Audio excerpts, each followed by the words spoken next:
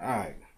Now let's go to Deuteronomy chapter 7, verse 6, where it says, Deuteronomy chapter 7, verse 6, For thou art an holy people unto the Lord thy God. The Lord thy God hath chosen thee to be a special people unto himself above all people that are upon the face of the earth. Now, y'all would say, oh, he's talking about the Israelites. Yeah, he was. It was the Old Testament. Those were the chosen ones of the Old Testament. He chose them out of the world at that time. Stay away from the Gentiles because the worlds around them were wicked. And he kept them wholly separate to himself.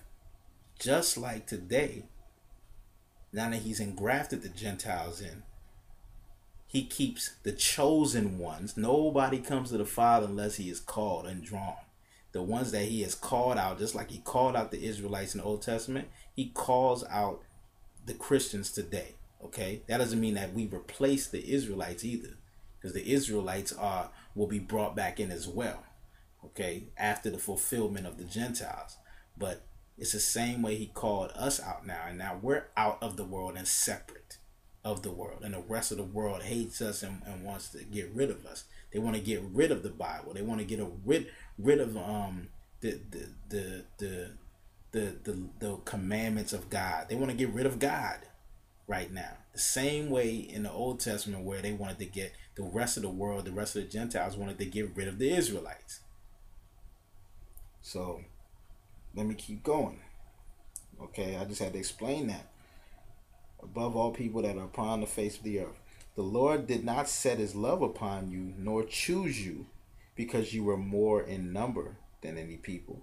For you were the fewest of all people. See, it's a minority thing. It's a remnant. The Israelites were the fewest of all people compared to the Gentile nations. But because the Lord loved you, and because he would keep the oath which he had sworn unto your fathers, hath the Lord brought you out with a mighty hand and redeemed you out of the house of bondmen from the hand of Pharaoh, king of Egypt. So know therefore that the Lord thy God, he is God, the faithful God, which keepeth covenant and mercy with them that love him and keep his commandments to 1,000 generations. And he repayeth them that hate him to their face, to destroy them. And he will not be slack to him that hateth him. He will repay him to his face. Thou shalt therefore keep the commandments and the statutes and the judgments which I command thee this day to do them. Kind of similar to the verbiage that we just read in in First John, the Epistle of John. Very similar verbiage. Okay. Let's go to Deuteronomy chapter 10, let's go to 12. Okay, and now Israel, what doth the Lord thy God require of thee? But to fear the Lord thy God, to walk in all his ways, and to love him, and to serve the Lord thy God with all thy heart and with all thy soul, to keep the commandments of the Lord and his statutes, which I command thee this day for thy good. Behold, the heaven and the heaven of the heavens is the Lord's thy God, the earth also with all that therein is. Only the Lord had a delight in thy fathers to love them, and he chose their seed after them, even you above all people, as it is this day. Circumcise therefore the foreskin of your heart, and be no more stiff-necked. Wow. He told them in the Bible, in the Old Testament, in the book of Deuteronomy, to circumcise their hearts. Not in the New Testament. Yeah, it's in the New Testament, but that's because they were quoting it from Deuteronomy in the Old Testament. He's telling them right there to circumcise your hearts. And be no more stiff-necked. Wow.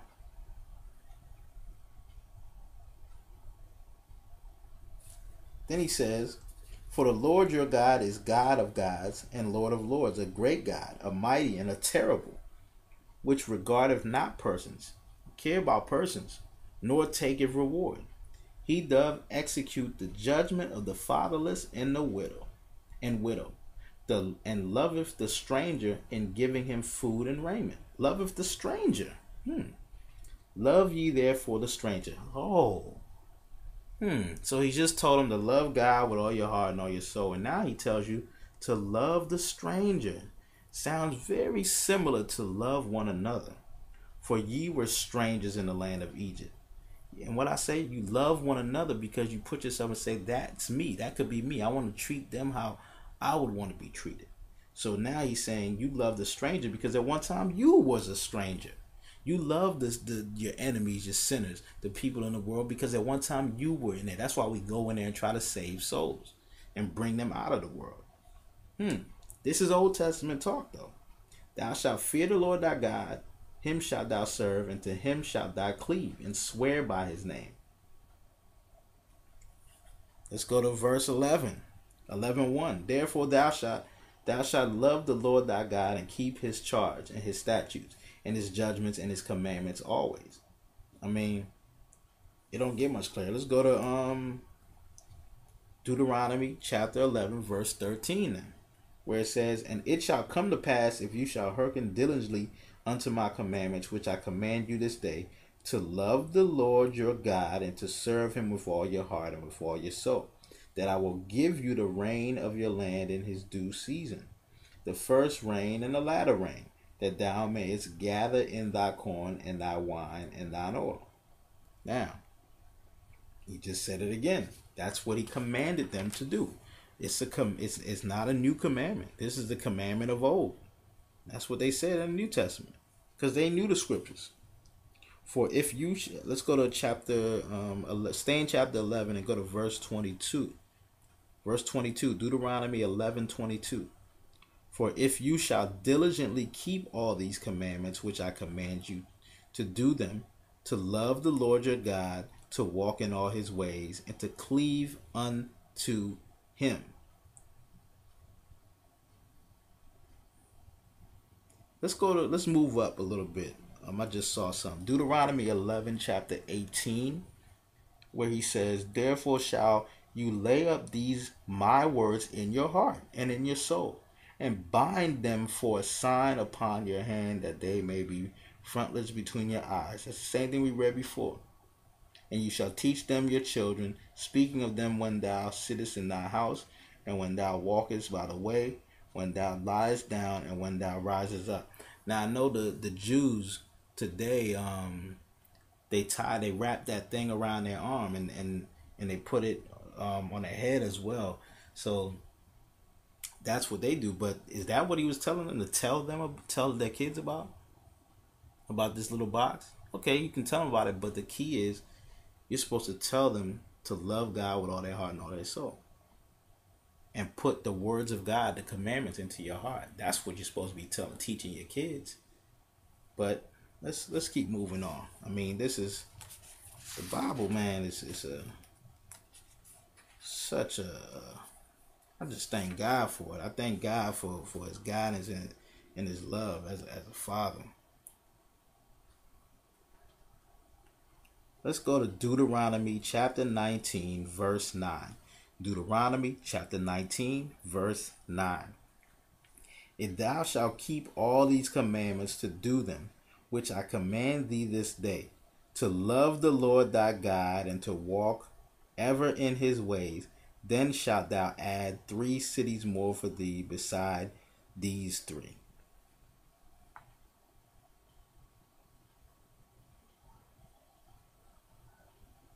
So we're going through it. Let's go to Deuteronomy chapter 30. Let's go to chapter 30. Deuteronomy. We're going to stay in Deuteronomy a couple more verses. Chapter 30, verse 16. Yeah. Let's go to verse 16. In that I command thee this day to love the Lord thy God. You see this? This is what he commanded them from the beginning. But they jumped into religion, being all these traditions and customs and all this other stuff that they, commandments of men. That's why he told them everything that the Pharisees sit in Moses' seat. Everything they tell you, you do that stuff that they tell you that comes from Moses, the laws of Moses. But what they do, don't do what they do. Don't listen to them. But if not, in that day I command thee this day to love the Lord thy God, to walk in his ways, and to keep his commandments, and his statutes, and his judgments, that thou mayest live and multiply. And the Lord thy God shall bless thee in the land whither thou goest to possess it. But if thine heart turn away, so that thou wilt not hear, but shall be drawn away and worship other gods and serve them, I denounce unto you this day that you shall surely perish, and that you shall not prolong your days upon the land, without thy passes over Jordan to go to possess it. Now, if you don't do the commandments, he just said, you're going to die. You're going to perish. Okay? Sins unto death. Let's go one more in Deuteronomy. Let's go down a little bit and read. Let's keep reading that. Okay. I call heaven and earth to record. This is 19, verse 19. I call heaven and earth to record this day against you, that I have set before you the life and death, blessing and cursing. Therefore choose life, that both thou and thy seed may live. See, the cursing is the knowledge of good and evil. The the blessing is the tree of life. He's giving them the same option in the garden. He telling them to choose. Therefore choose life, that both thou and thy seed may live. Because if you choose the other one, you're going to die. You're going to perish. That thou mayest love the Lord thy God, and that thou mayest obey his voice, and that thou mayest cleave unto him. And he is thy life, and the length of thy days, that thou mayest dwell in the land which the Lord sware unto thy fathers, to Abraham, to Isaac, and to Jacob, to give them.